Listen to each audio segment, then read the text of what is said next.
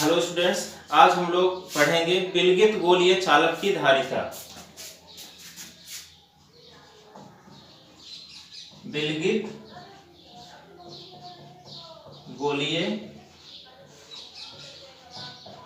चालक की धारिता। विलगित गोलीय चालक की धारिता पढ़ने के लिए हमें एक चालक की कल्पना करनी होगी।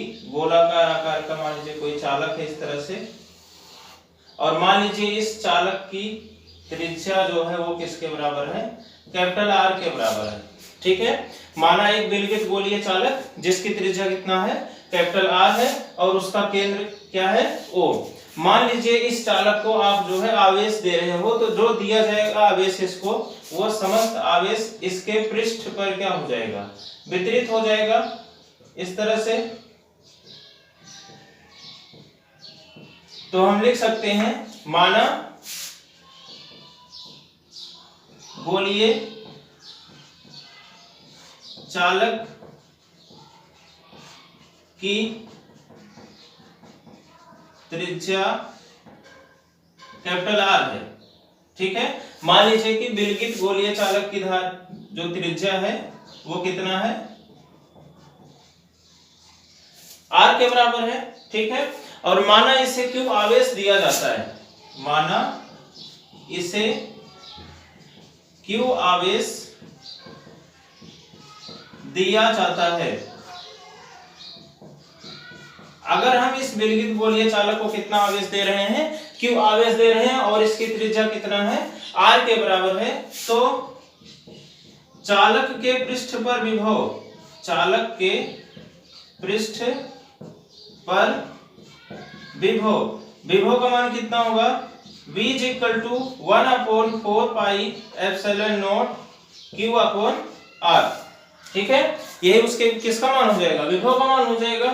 और अगर हम धारिता ज्ञात करना चाहते हैं, इसलिए धारिता C = किसके होता है? Q upon V। फॉर्मूला है, किसी चालक की धारिता C बराबर किसका होता है? Q अपॉन V के।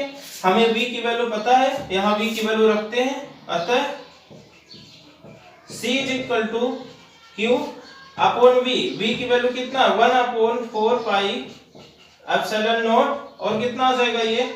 Q upon R। यहाँ से ये Q और ये Q कैंसिल आउट हो गया, तो C = किसके हो जाएगा? 4 पाई एप्सिलॉन नॉट R के। अतः किसी विलगित गोलीय चालक की धारिता का सूत्र किसके बराबर होगा? C बराबर 4 पाई एप्सिलॉन नॉट R के बराबर होगा। अगर मान लीजिए इस विलगित गोलीय चालक के पास में कोई माध्यम स्थित हो, ठीक है, माना विलगित गोलीय चालक के पास कोई माध्यम स्थित है, कोई माध्यम स्थित है जिसका परावैद्युतांक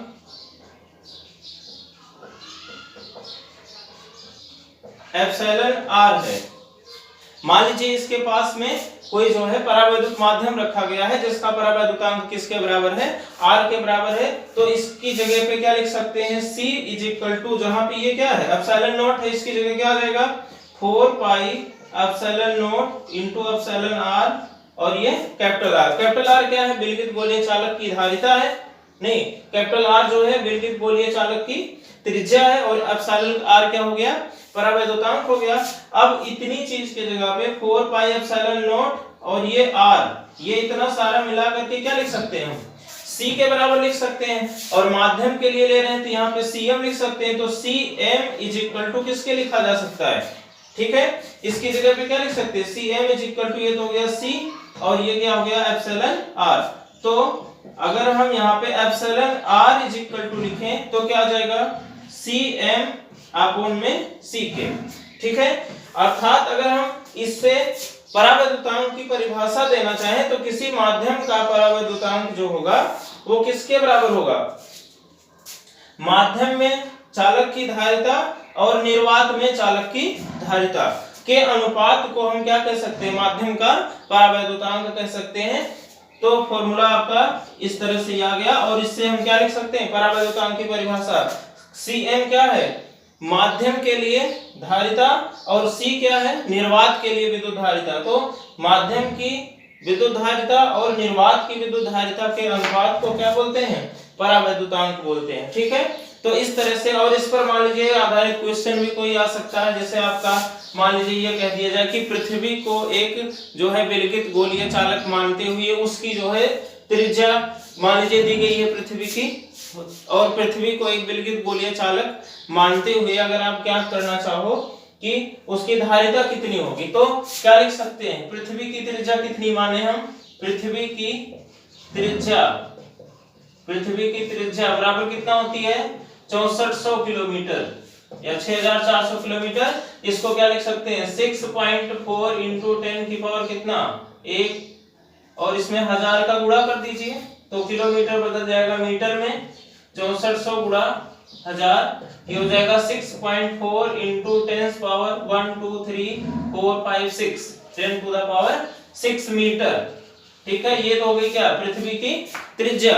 अब अगर हम विलगित गोलीय चालक मान रहे हैं, पृथ्वी क्या है, एक प्रकार से क्या है, विलगित गोलीय चालक है, तो पृथ्वी के लिए हम उसकी धारिता का फॉर्मूला अगर ज्ञात कर लिखें तो क्या लिख सकते हैं, C बराबर 4 पाई एप्सिलॉन नॉट और इंटू r, और 4 पाई एप्सिलॉन नॉट का मान हमें पता नहीं है, इसकी वैल्यू पता है 1/4 पाई एप्सिलॉन नॉट, इसका मान कितना होता है 9 इंटू 10 की पावर 9। ठीक है, ये किसका मान होता है, बोलो, ये 1/4 पाई एप्सिलॉन नॉट का मान होता है 9 इंटू 10 पावर 9। अब इसकी जगह पे हम लिख सकते हैं C इज इक्वल टू, तो ये है 4 पाई एप्सिलॉन नॉट, तो उल्टा करके इसको लिख दीजिए, तो ये कितना आ जाएगा 1/4 पाई एप्सिलॉन नॉट का मान होता है इतना, इसको 9 इंटू 10 पावर 9 और इंटू ये r की वैल्यू कितना 6.4 इंटू 10 पावर 6। अब इसको जब आप सॉल्व करोगे तो वैल्यू आ जाएगी कितना 6.4 अपॉन में 9 इंटू 10 पावर कितना आ जाएगा, ये इसको सॉल्व कर लेंगे।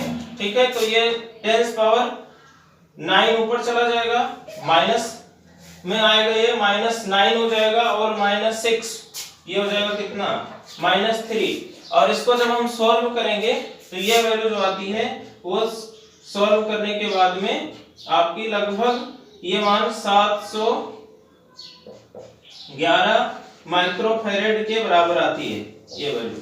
ठीक है, अगर